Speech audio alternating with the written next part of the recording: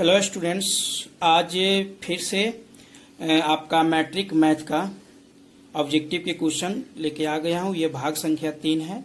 इससे पहले 2 मेरा 1 के अपलोड हो गया है। आप अगर वो नहीं देखे हैं तो वो भी देख सकते हैं। इसका पूरा पार्ट बाय पार्ट करके मैट्रिक के जो भी ऑब्जेक्टिव का क्वेश्चन है पूरा हम कराएंगे। अगर आपको अच्छा लगेगा तो मेरे चैनल से जुड़िएगा। तो यहाँ से हम 43 नंबर क्वेश्चन क्या कह रहा है, कह रहा है 6/15 का दशमलव प्रसार कैसा होगा। अब बताइए, यहाँ पे आप लोग को हम क्या बताए थे, कल बताए थे कि 43 नंबर क्वेश्चन को बना रहे हैं। कल बताए थे कि नीचे 6 नीचे का खंडन करेंगे। खंडन करने के बाद तो क्या होगा, 3 × 5 होगा। अब इसको आप क्या कीजिएगा, कहिएगा कि नहीं 2 और 5 आता है तभी शांत होता है। बात सही है, लेकिन उसका एक और शर्त भी हम बताए थे। क्या बताए थे कि पर अभाज्य संख्या होनी चाहिए, तब 2 5 क्या होगा, शर्त होगा। तो यहां तो अभाज्य संख्या नहीं ना है, तो ये तो अभी कटेगा 2। अब इसमें कितना बच गया, 2/5। नीचे 5 आया तो ये तो शांत होगा ही।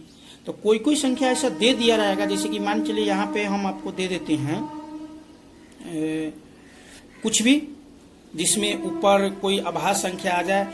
जैसे कि यहाँ पे हम 22 दे दिए और यहाँ पे क्या दे रहे हैं हम, कोई भी संख्या ले लीजिएगा, लेकिन जब ऊपर अभाज्य रहेगा तभी वो बनेगा, नीचे वो नियम लागू होगा।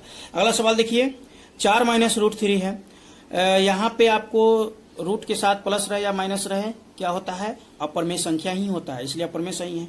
45 नंबर क्वेश्चन को देखेंगे, निम्नलिखित में कौन अपरमेय संख्या है, मतलब और सब परमेय होगा, ये वो अपरमेय होगा। जो रूट से बाहर होगा वो सब परमेय, जो रूट के अंदर होगा वो अपरमेय।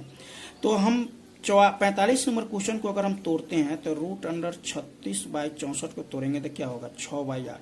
रूट से बाहर होगा, ये तो परमेय है, लेकिन हमसे पूछ रहा है क्या, अपरमेय। दूसरा ऑप्शन को तोड़ रहे हैं। दूसरा ऑप्शन है √1/81। 1 का वर्गमूल 1 होता है, 1 × 1 होगा, 81 का 9 × 9, ये भी आपको रूट से बाहर निकल गया, ये भी क्या होगा, परमेय संख्या होगा। अगला आप इसको निकालिएगा तो -9/√49, तो यहाँ -9 क्या निकलेगा, 7 होगा, ये भी परमेय, लेकिन ये नहीं टूटेगा। ये C नंबर √5/3 ये अपरमेय है, तो ये आंसर होगा। निम्नलिखित में कौन सी अभाज्य संख्या है, अभाज्य संख्या इसमें से बताना है। तो जो ये 6 भाज्य है, 9 भी भाज्य है, 15 भी भाज्य है, 11 अभाज्य है। हम पहला वीडियो में इसके भाज्य अभाज्य के बारे में बेसिक तरीके से समझाए हैं, उसको देख लीजिएगा।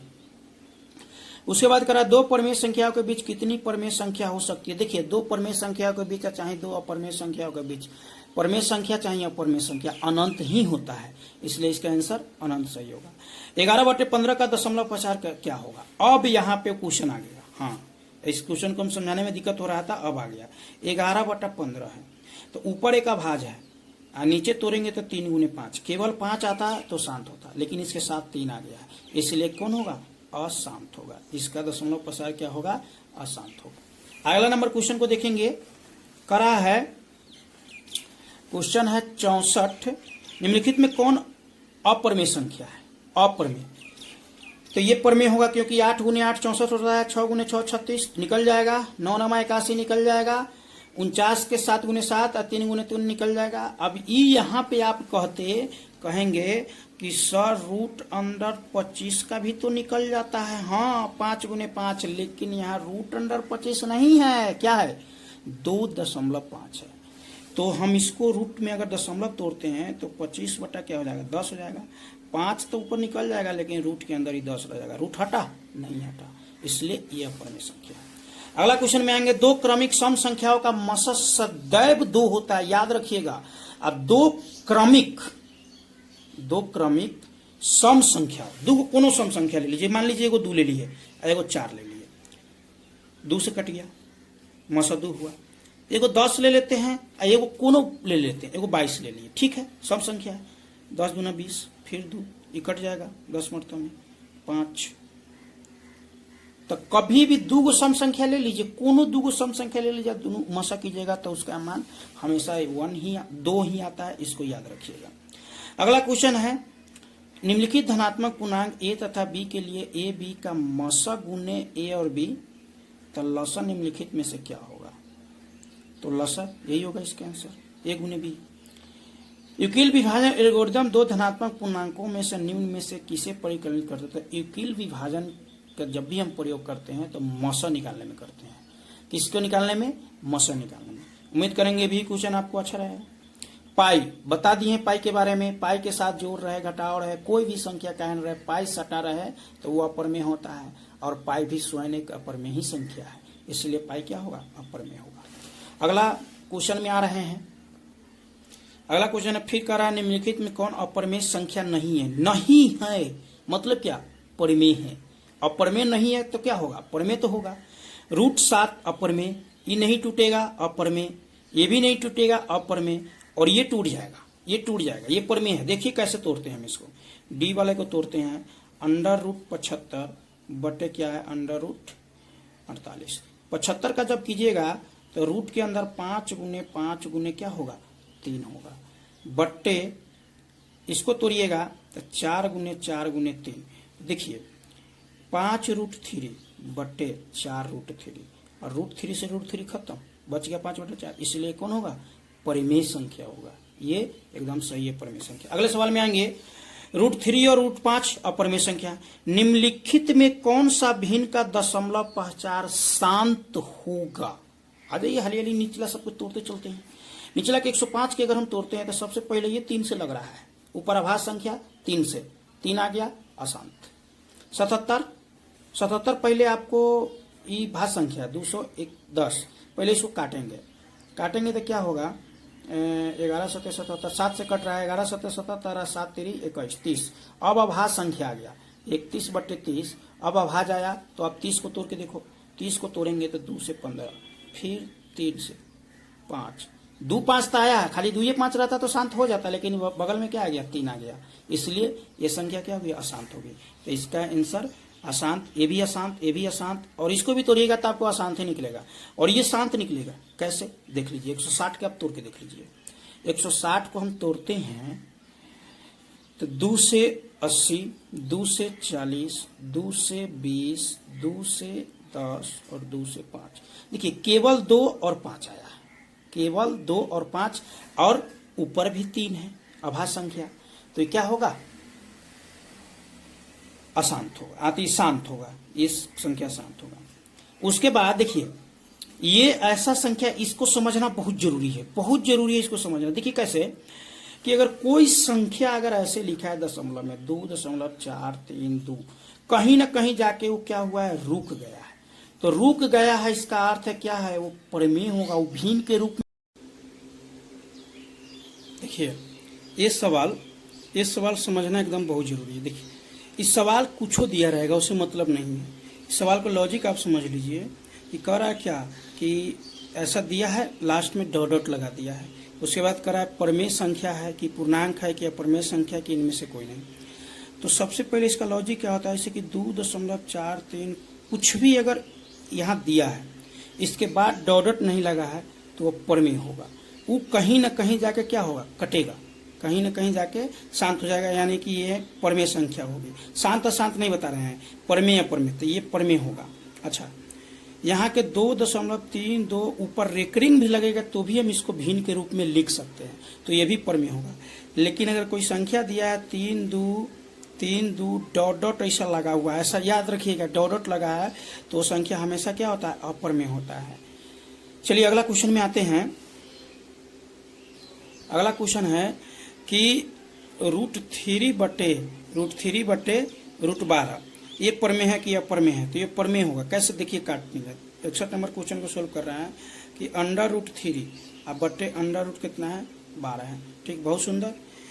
यहाँ पे हम √3 ही रखेंगे, और जब 12 को खंडन करेंगे तो 2√3 निकल जाएगा, 2√3। अब √3 से √3 खत्म हो गया, यानी कि 1/2। आपका आंसर परमेय आया। ये क्वेश्चन क्या होगा? परमेय होगा। अगला आएंगे 3 - √3, ये भी आपका क्या होगा? अपरमेय होगा, क्योंकि प्लस के साथ हो या जोड़, माने कि माइनस और प्लस के साथ कुछ भी हो लेकिन रूट लगा है, वो क्या होगा? कुछ भी नहीं, ऐसा संख्या जो अपरमेय हो। जैसे कि यहाँ पे अगर √16 लगा रहता तो ऊपर में हो जाता, तो √3 का टूटेगा नहीं, इसलिए क्या हुआ? अपरमेय। हाँ, यहाँ निम्नलिखित में 11 इतना इतना ऊपर रेकरिंग लगा है, मतलब कहीं ना कहीं जाके इसको हम भिन्न के रूप में लिख सकते हैं, इसलिए कौन होगा, परमेय संख्या होगा। अगला देखिए, ये डॉट डॉट फिर लगा है, लिखा गया तो है लेकिन डॉट डॉट लगा है, ये परमेय नहीं होगा, ये क्या होगा, अप्रमेय होगा। 1/√7, 1/√7 ये कौन संख्या होगा, अप्रमेय होगा, क्योंकि √7 का वर्गमूल नहीं टूटता है, तो इसलिए कौन होगा इसका आंसर, अप्रमेय, राइट आंसर है। उसके बाद अगला क्वेश्चन कह रहा है कि भाज बराबर a, भाजक बराबर b के लिए a बराबर BQ प्लस r में r के लिए कौन सा कथन सत्य होता है, तो आपका ये कथन सत्य होगा। जैसे ये कथन क्या है कि 0 से बड़ा या समान, इस सिंबल का अर्थ यही होता है कि 0 से बड़ा या समान r है और r से बड़ा b है, तो ये आपको याद करना होगा। 5√2, 5√2 रूट तो हटा नहीं है इसलिए अपर में 5.2372 ये क्या होगा, भिन्न के रूप में लिखा जा सकता है, इसलिए क्या हुआ, अपर में हुआ। उसके बाद है निम्नलिखित में कौन सी संख्या विजातीय, इस बात को बढ़िया से समझिए आप लोग, कौन सी संख्या क्या है, विजातीय है। विजातीय का मतलब क्या है, जात नहीं है, तो ये जात आपको किसी भी प्रकार से दे सकता है परीक्षा में। जैसे देख लीजिए, एक दो उदाहरण देते हैं, यहाँ पे हम √3 लिख दिए, कॉमा दूसरा लिख देते हैं √5, तीसरा लिख देते हैं √9 और चौथा लिख देते हैं √11। अब ये देखिए, ये नहीं टूटेगा, ये नहीं टूटेगा, ये नहीं टूटेगा, तो ये अप्रमेय संख्या है, और ये क्या है, परमेय संख्या।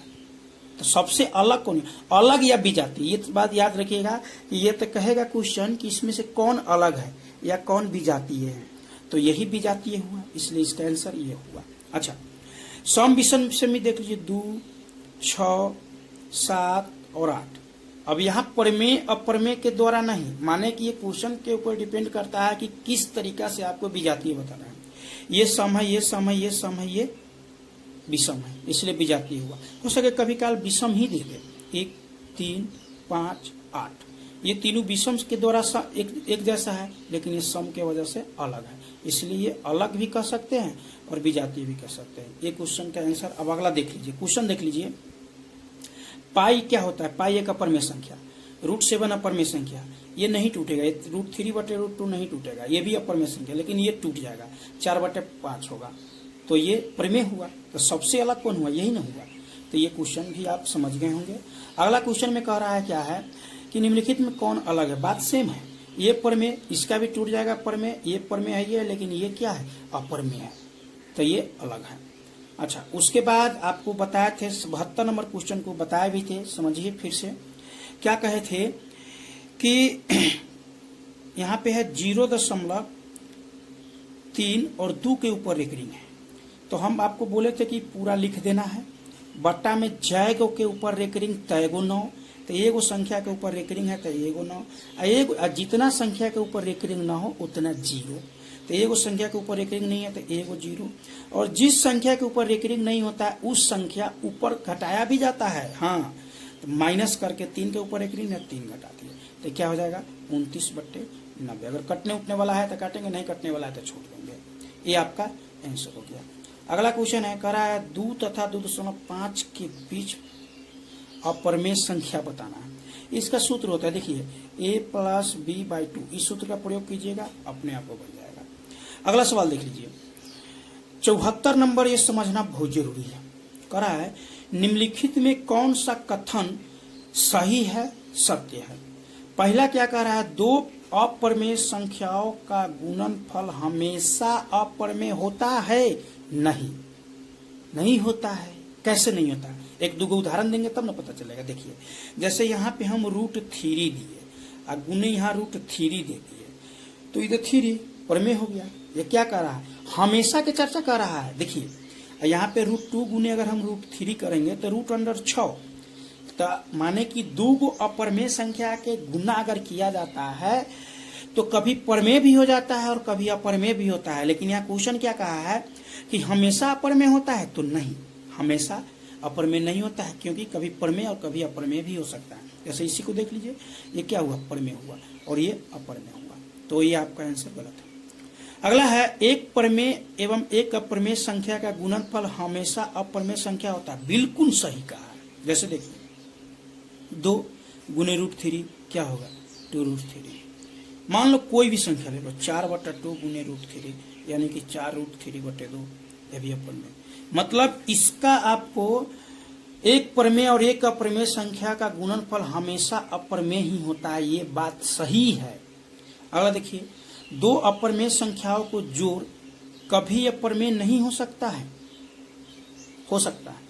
2 अप्रमेय संख्या के जब भी जोड़ेंगे तो अप्रमेय में जोड़ाता है। गुणना होता है तभी अप्रमेय से निकलता है। जोड़ कहे तब या घटाव कहे तब अप्रमेय ही होता है, याद रखिएगा। तो ये भी आपका आंसर क्या था, गलत था। एक पूर्णांक तथा एक प्रमेय संख्या के जोड़ कभी पूर्णांक नहीं हो सकता है, यह सही, ये सही है। अगला क्वेश्चन आ रहा है, अगला आपको याद करना है, याद कर लीजिएगा। उसके बाद 76 नंबर क्वेश्चन को आप देख लीजिए। देखिए इस संख्या को जब हम तोड़े हैं 1398 को तोड़े हैं तो n के मान का है, तो n के रूप में कितना आया है 1 2 3 4 5 आया है, क्योंकि अब इसके बाद नहीं टूटेगा, 5 आया है। ऑप्शन में किन्हों 5 दिया है, नहीं दिया, इसलिए इसका आंसर इनमें कोई नहीं सही है। एक क्वेश्चन को आप याद कर लीजिएगा। इस क्वेश्चन को कर रहा है संख्या रेखा नंबर लाइन पर प्रत्येक बिंदु प्रदर्शित करता है एक वास्तविक संख्या, याद रखिएगा। ये क्वेश्चन देख लीजिए, ये क्वेश्चन हम समझा भी दिए हैं आपको, ये क्वेश्चन हम आप लोग को समझा भी दिए हैं। इसका दशमलव प्रचार क्या कर रहा है, निम्नलिखित में कौन सा भिन्न का दशमलव प्रचार शांत है। तो देखिए ऊपर अभाज्य है, यहाँ अभाज्य नहीं है, तो इसको जब काटिएगा तो ये भी नीचे जब गुणनखंड कीजिएगा काट के तो आपको 2 5 के अलावा कोई और संख्या आ जाएगा। इसको काटिएगा 2 5 के अलावा कोई और संख्या आ जाएगा। इसको देख के आप सीधे कहिएगा कि सर जी यहाँ पे तो 2 और 3 माने 2 है 5 है, ये तो सम संख्या होगा, नहीं। अति भाज्य संख्या होगा, नहीं। शांत भी नहीं होगा, इसका कैसे शांत होगा, शांत नहीं होगा। 7 आया इसलिए कहिएगा शांत होगा, जो कि ये 7 का क्यूब 343 में अगर यहाँ पे लिखेंगे तो ये भी 7 का क्यूब होता है, मतलब 7 के क्यूब से 7 का क्यूब कट जाता है, इसलिए आंसर ये होता है। अगला क्वेश्चन है, अगला क्वेश्चन है कि आप 2 तरीका से इस सवाल को बना सकते हैं। आपको नॉर्मल तरीका हम बता देते हैं। सबसे पहले क्या है, सबसे छोटी पूर्ण वर्ग संख्या जो इतना इतना इतना से भाज्य हो वह संख्या कौन है। तो इसका लसा निकालना, जब छोटी कहे तो लसा निकालना है, बड़ी कहे तो मसा निकालना, याद रखिएगा। तो सबसे पहले यहाँ क्या कहा है, जो पूर्ण वर्ग हो, तो यहाँ 240 तो पूर्ण वर्ग पहले है, ये नहीं है तो इसको काट देंगे। 2400 पूर्ण वर्ग नहीं है तो काट दिए, 2 ऑप्शन तक पहले खत्म हो गया। अब बच गया 2 ऑप्शन, ये दोनों ऑप्शन में सबसे भाग दिए, इससे भाग दीजिएगा तो 16 कट जाएगा, 20 से भाग दीजिएगा तो ये भी कट जाएगा, 24 से भाग दीजिएगा तो ये नहीं कटेगा, लेकिन ये 3600 में आप सबसे भाग दीजिएगा तो कट जाएगा, इसलिए इसका आंसर ये हो जाएगा। अगला क्वेश्चन क्या कर रहा है, 2 संख्याओं का लघुत्तम समावर्तक इनके महत्तम समावर्तक का 14 गुना है। लघुत्तम समावर्तक एल तथा महत्तम समावर्तक का योग 6 से यदि एक संख्या 280 है तो दूसरी संख्या क्या होगी। बहुत इंपॉर्टेंट क्वेश्चन है, देखने का प्रयास करेंगे।